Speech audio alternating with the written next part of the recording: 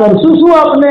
મને કીધું બેટા કઈ ફિકર નહીં કર, જ્યારે આપણે જન્નતમાં જશું એટલે બેસીને મશવરો કરી લેશું.